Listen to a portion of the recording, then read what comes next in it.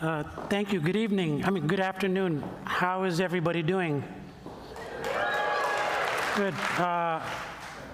Thank you, first of all, for staying this late in the conference and to hear me, a local kid in San Francisco, talk about his neighborhood. Really, it's what I'm going to do today mostly. I grew up in San Francisco's Mission District, and and it was unbeknownst to many, it was a center of the psychedelic underworld. Oh, I can see it now, I can talk. So, firstly, I want to thank Kevin for not just the generous introduction, but for the generous heart that he brings to this conference that's winning me over, as I'm sure it's winning you over. So thank you, Kevin. And to Leah for introducing me and giving me confidence to come and speak with you today. I'm going to start my story at La Boheme Cafe in 24th and Mission, where it's a historic place. And I work at this desk here it's a Singer sewing machine converted. And so I like to work on that lattice metal sewing machine because I'm in the middle of the digital age in the Mission, which has been destroyed by Silicon Valley, right? And so, it's a historic cafe named for an opera about a seamstress like my grandmother, and I just take a lot of heart out of the fact that I'm there writing on my computer on top of a sewing machine and talking about different forms of consciousness that are braided and running through the veins of La Boheme and in San Francisco's Mission that a lot of people don't know about. So I see it, having written a book called Unforgetting. I'm unforgetting the psychedelic history of my home neighborhood. So there was a time, once upon a time in a galaxy far, far away where the Mission was not gentrified. And then this happened, right? You have a new group of people. But this isn't just traditional displacement of, say, the Irish were replaced by the Mexicans and then the Central Americans in the Mission. This is also class-based, economically driven by digital technology and finance, a noxious combination, if ever there were one, for the people that have lived in neighborhoods like mine and like neighborhoods like this one and others in this city. It's not like New York is free of that, right? So, I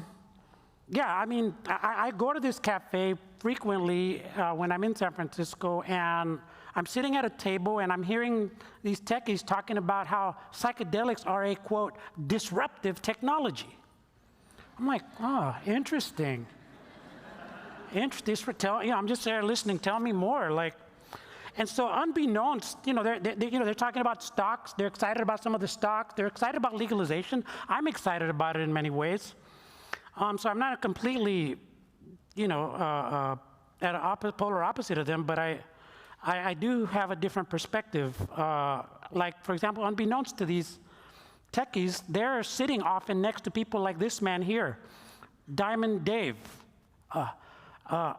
Diamond Dave, if you don't know, he was one of the people that basically brought Bob Dylan into the psychedelic era, into the folk era music, introduced him to Woody Guthrie, for example. And Diamond Dave was doing psychedelic. He was an early beat, and he was then a hippie, and he's been an activist in San Francisco ever since. And so I just look at the techies, and I look at Diamond Dave, and I see this contrast. Two stories that don't meet, because you don't hear Diamond Dave's story. But I'm not really here to talk to you primarily about Diamond Dave, actually. I'm here to talk to you about people like Roberto Vargas, my friend, a longtime La Boheme frequenter when he's in San Francisco. He lives in San Antonio now. And, Roberto has an incredible story in the background of his life. Roberto, who was raised in the Mission like myself, was a poet and an activist and was of Nicaraguan descent, and he decided after attending some seminars with Timothy Leary to join the Sandinista guerrillas and go fight a US-backed fascist dictatorship of the Somoza regime. And so Roberto Just a beautiful man. There he is with Angela Davis over there on the right side. There he is with, he took Allen Ginsberg to Nicaragua. And let's assume that drugs were in fact consumed. I won't say which though. So this is a history that's not really known outside of our neighborhood. And neither is the story of this more contemporary figure, Lucia Obregón, who I wrote about in my story. And I was fascinated by Lucia because she was doing anti-gentrification work. She works with displaced communities, with people on the edge of becoming homeless. She works with, people that are with lawyers to try to help get people, not kicked out of their expense, their San Francisco apartments. And so, after seeing so much displacement, so much trauma, because psychologists in the neighborhood will tell you one of the primary sources of trauma in the neighborhood is the trauma of displacement and the threat of displacement facing poor families, mostly Latino immigrant in the mission. And so being exposed to this, Lucia had to find, here's Lucia's tradition. There's 1973. Gentrification in San Francisco is not new. It's been since the 70s. And there's the protest against BART, and then there's a more contemporary picture on the right. And so Lucia is an inheritor of this tradition of fighting displacement and gentrification, and she's also an inheritor of the tradition of psychedelic use in San Francisco after seeing things like this. No, this is San Francisco. You could find this in New York too. I don't want to just diss San Francisco. And Chicago, and LA, and Paris, and Beijing, and Tokyo, and around the world. This is the pattern of finance-driven and often technology-driven gentrification. And so, Lucia went to the medicine to this, and she rediscovered her indigenous Mayan identity with the help of the medicina. And so I was listening to her, just fascinated, and I realized, wow, there's a connection between the displacement in the material world and the displacement we're starting to see in the realm of the psychic and of the psychedelic. And so I'm here to speak to you as a kid that was growing up during what some call the second stage of this, what is it, the third, we're in the what they call a psychedelic renaissance, and it's like the third age of psychedelics, and there's this periodization that I just don't share, that I get confused about. You'll forgive me.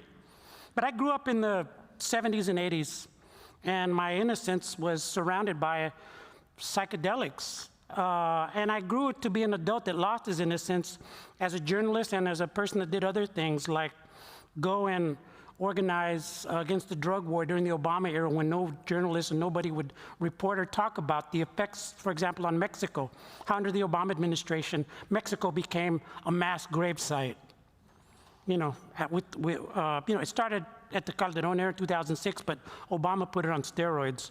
Or, the mass grave sites of migration, or the drug war in El Salvador, my parents' homeland, or what's happening to the Huixarica peoples in Mexico, who were on this caravan for peace that we were on, or why are these mass graves all over places like Colombia and Mexico and other places?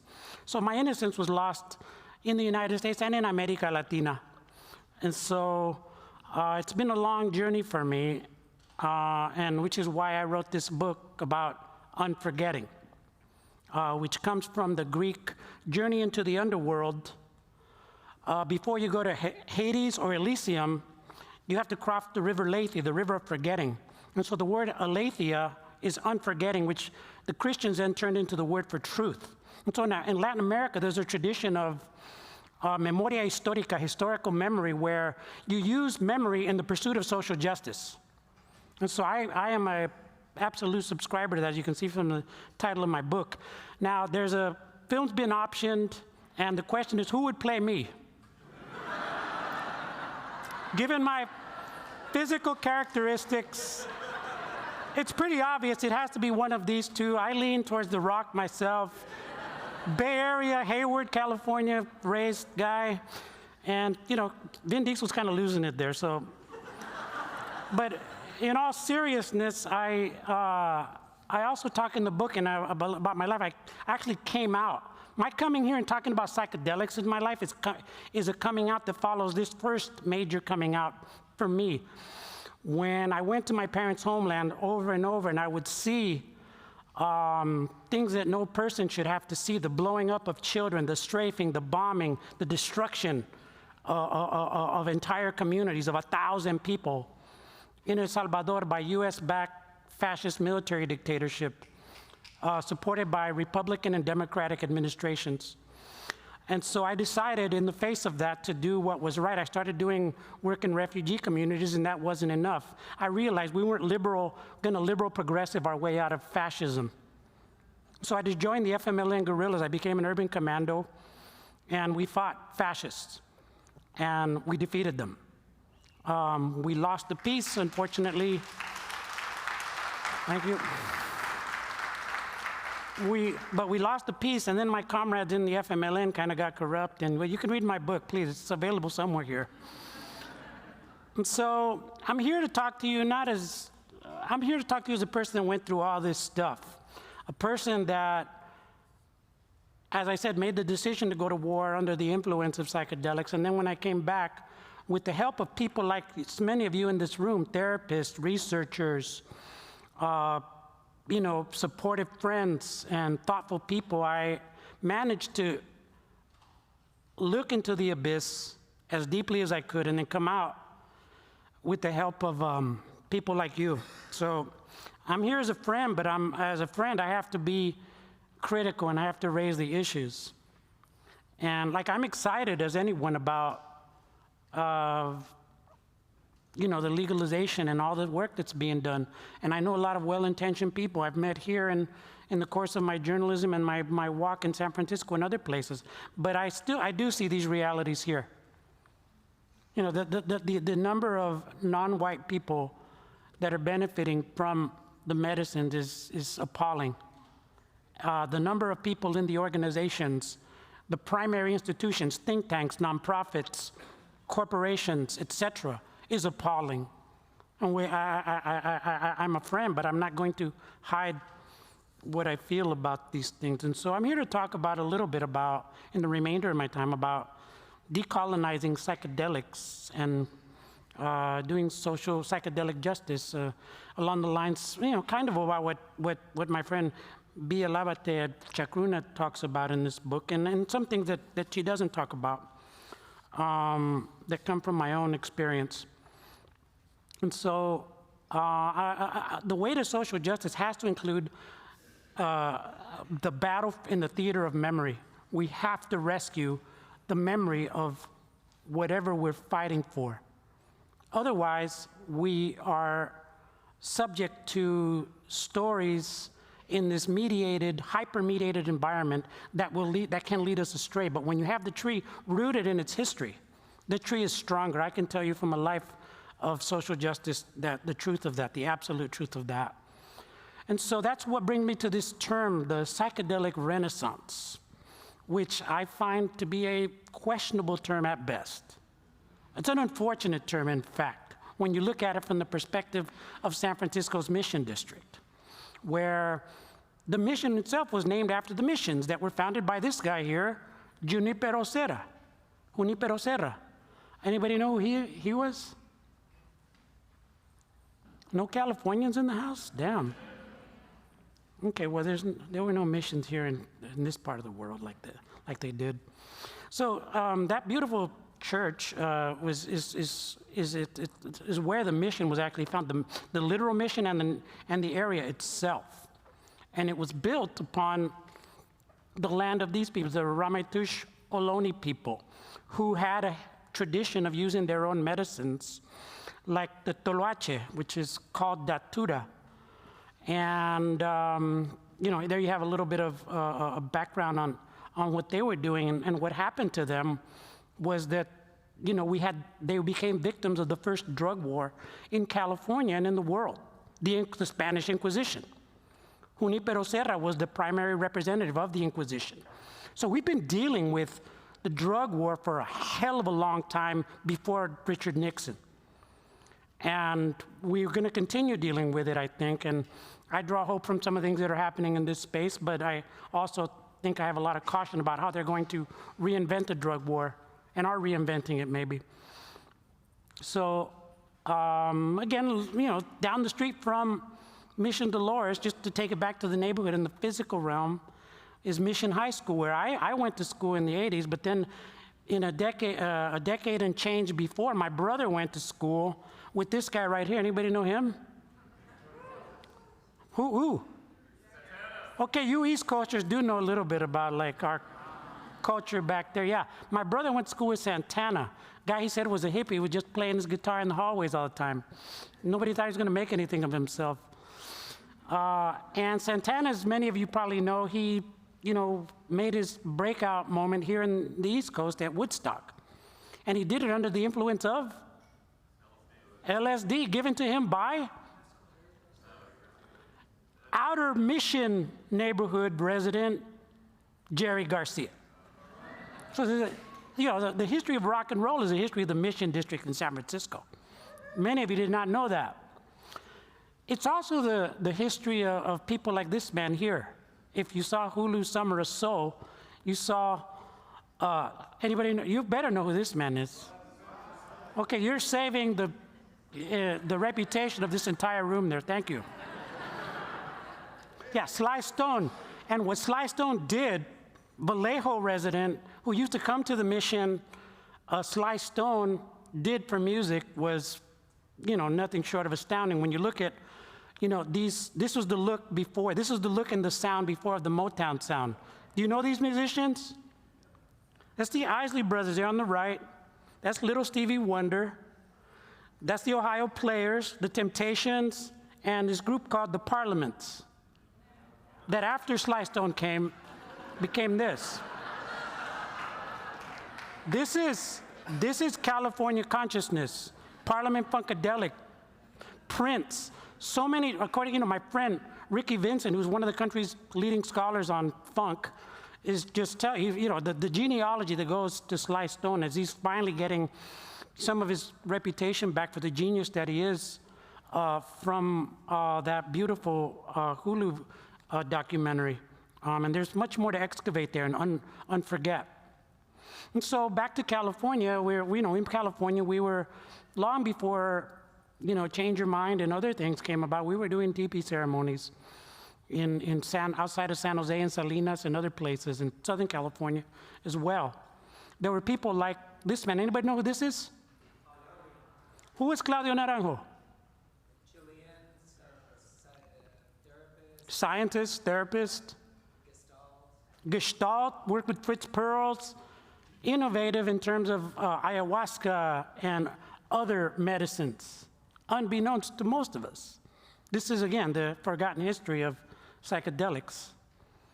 Or this organization, Instituto Familiar de la Raza, friends of mine who helped me and many of us in the neighborhood, in this working class immigrant neighborhood, to cope with things back in the day. And, the leader, Concha Salcedo, went to Mexico to study with who? Maria Sabina. And we're then we're taking the medicines and then prescribing them underground. And this is kind of if you don't hear it, this is a reminder of the importance of the underground. We're not going to lose that. If we do, we've lost our soul.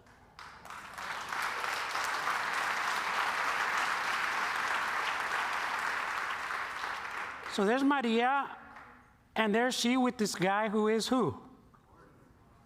Gordon Wasson, who was there allegedly to kind of document, but he was also there on the dime of J.P. Morgan. Who else? 3 letters, CIA. He was there doing the bidding of the gentleman named in Stephen Kinzer's extraordinary book, Sidney Gottlieb, who was leading the CIA's mind control and M. Cultura and other projects. And so a guy like me, living the life that I live, I kind of notice this stuff, and I don't lose sight of it. I feel like we're just, okay, that Obama just ended the CIA, right? Good luck with that. And so you can see the kind of experiments they were doing in the Bay Area. They were taking like sex workers, drawing men into these rooms and giving them LSD to watch their reactions. They were also putting this bacterium called Serratia marsens into the fog of San Francisco, and 800,000, San Francisco's 800,000 residents were exposed to this in order for the CIA to figure out how to do new forms of chemical warfare. Okay, all under the guidance of Mr. Gottlieb. And so today we have, I think, similar threats from people like this man here, who was being considered allegedly to be the head of a major national security institution. And you know, we have people with, I wouldn't say just bad ideas, but extremely dangerous ideas backed up by large amounts of money. Money that has infiltrated this system, this ecology that is the psychedelic community that goes back way before all these institutions developed. How and why we are accepting money, negotiating with these people, legitimizing them, I challenge any of you to debate me why that is. I cannot see people that believe in eugenics, long-termism. These people wouldn't waste a moment if they had the conditions to incinerate my ass and a lot of us here. Why are you legitimizing them? So, and then there's just the fact of old school second wave.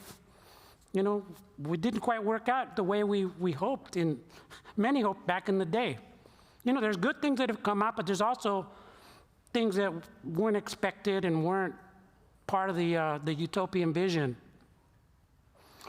And then there's a situation in Latin America that is just worse, and when you look at it from the perspective of my friend Santos there on the lower right, who's a Wixárika leader, and and the way that they're facing, for example, not just big agriculture, not just mining interests, not just narcos, but psychedelic tourism. It's like, and the fact that the peoples of the South are still struggling and alive to fight another day is to be elevated into the history of this movement that we're a part of in ways that it's not. Because we have, I think, a lot of tokenism and opportunism that kind of will use Native people, will use brown people, and you even have some brown people in California using brown people, using Native identity as if they're Native when they're not. I've seen it, I've heard it, I've smelled it. So, careful. So some closing thoughts on our mission. Prioritize the need to unforget and rewrite psychedelic history from the bottom up. Something like a people's history of psychedelics.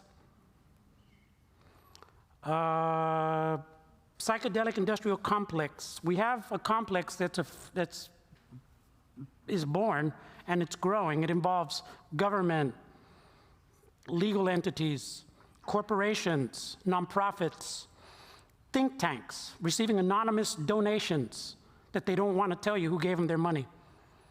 And other such entities have now dominated the space. And the space is largely dominated, all these institutions are led by white men and white women. Okay, and God bless those of you that are doing the good work. I'm not critical of the good work when it's good, but the fact that we don't have the descendants of the very people that brought us the medicinas in the first place is questionable at best. And so,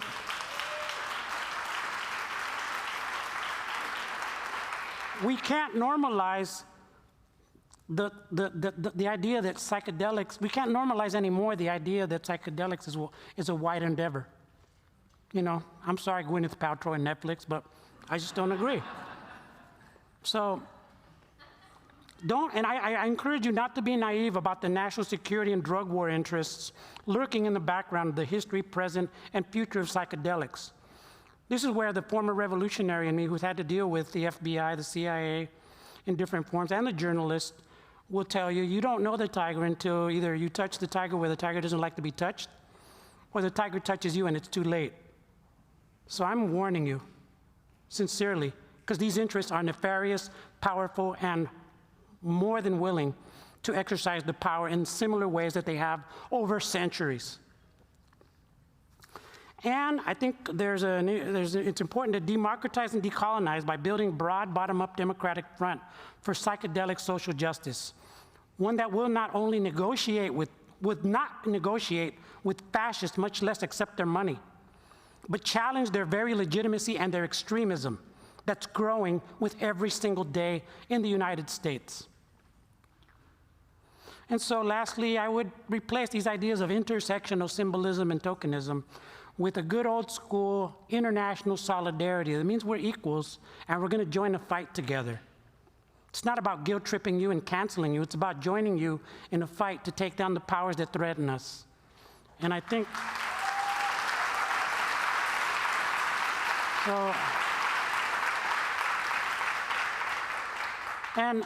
the people of the South don't need our leadership, they need our solidarity. And the peoples in the oppressed communities of the United States don't need our leadership, they need solidarity. And I'll just leave you with that, and thank you very much.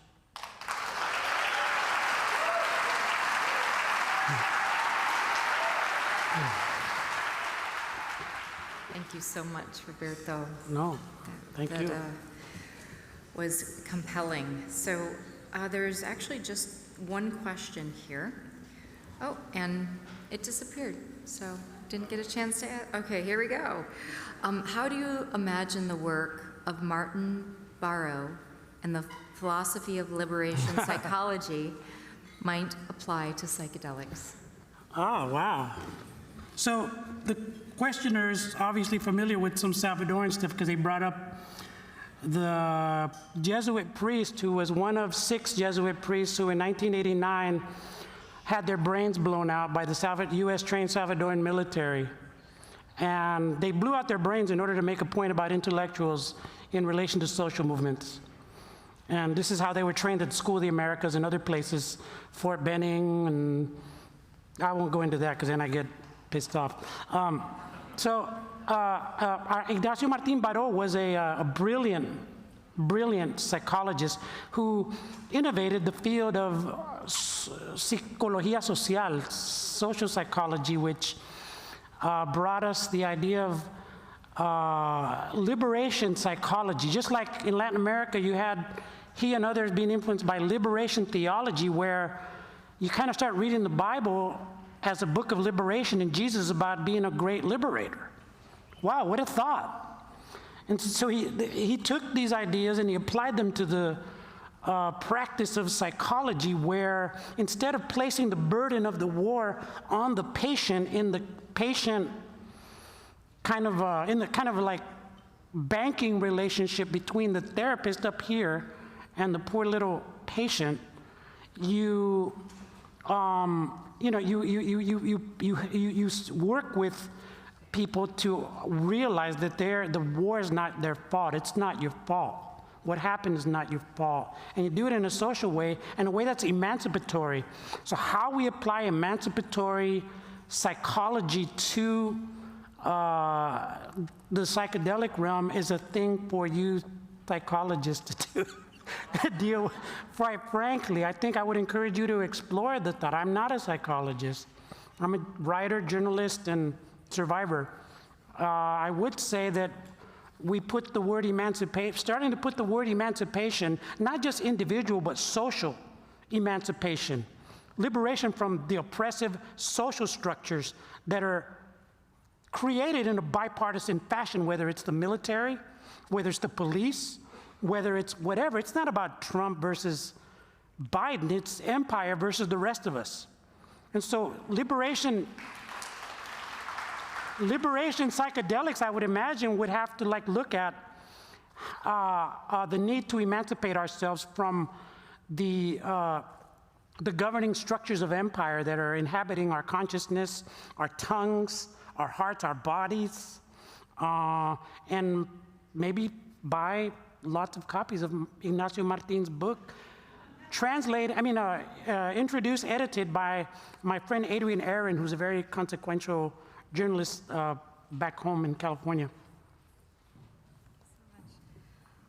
Is that it? No, there are a ton of questions. Oh, shit. And unfortunately, not so much time to do that. How much time do we have left for this Q&A section? Oh, thanks, it's right there. Okay, so let's see.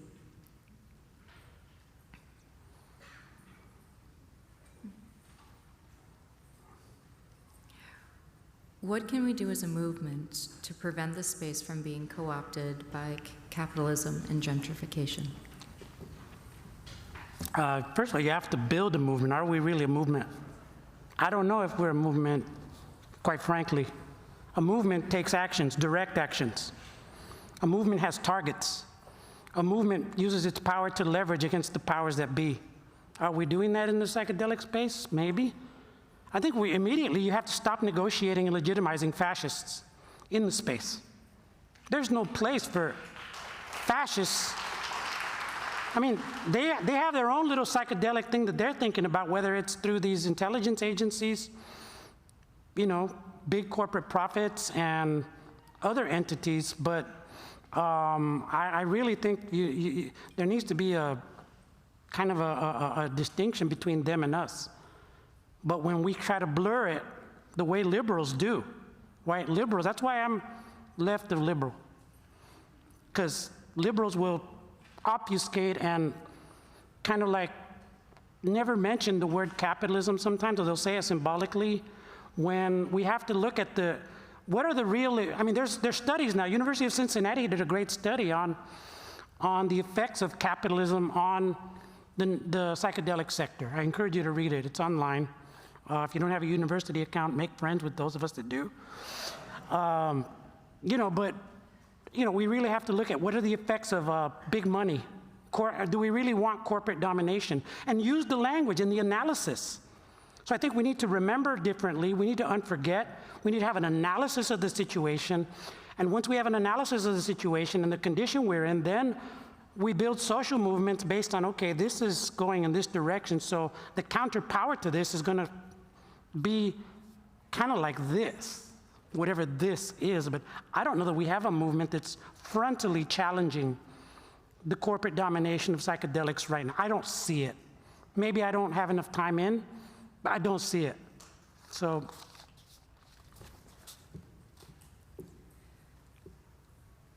There's several good ones. Let's see, how might we center the right of Native and Indigenous refusal to share knowledge and equally white psychedelic scientists' refusal to appropriate knowledge? So I think this is about Indigenous benefit sharing and knowledge and PI. My great-grandmother was Indigenous, but I can't speak for Indigenous people, so I'd go and ask Indigenous people. And there's different Indigenous people. Just because somebody's Indigenous doesn't mean they're not subject to some of the ravages of daily society and things like, I reported on casinos in California, and I can tell you, it's not all, wine and roses and light. It's mixed. So we have to identify who's who in our different communities. I would go and ask on a local level. As you see, I'm still into localism. I'm talking about my old neighborhood. I think there's a degree of honesty in the local. There's an intimacy in it. And I think localism, can bring about a form of safety. So I would go and talk to the practitioners, whether they're medical and otherwise. I don't have a lot of, I don't have a lot to say about that one, but other than that. Okay. This is maybe a quick last one. And thanks everyone for the wonderful questions. What are your ways of differentiating psychedelic tourists from those who are in the movement for the right reasons? I said the word solidaridad, solidarity. There's a difference between solidarity and tourism. And the movement right now, I mean, the psychedelic sector, institutionally and individually, does not, by and large, practice solidarity, which means you join people like the Wixárikas in their struggle, the power games that are being played, the murder of indigenous leaders. You denounce it publicly, you take action, you use your funding to support people that are at the front lines against the powers that are simply out to make a buck. I think that's different from, you know, hey, we've got our DEI specialist, Hillary, kind of like diversity and equity person giving funding to the Wixárikas. No, it's solidarity. We're not at a moment of, we're at a moment of exponential crisis that grows and is complex. So the urgency, that's why I kind of decided to come out as an ex-guerrilla fighter in my book, because I'm like, oh shit, the world's going that way. So I was like, yeah, it's about time I kind of cut loose about certain things, and that I was hiding behind a kind of a nonprofit human rights identity. When, you know, when you go to the word radical, it goes to the root. You need to go to the root now, and the root is to respect people in their power and to support them in their power, not just be symbolic and intersectional and tokenistic.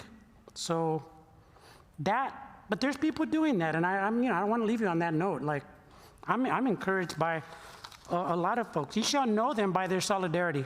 Thank you.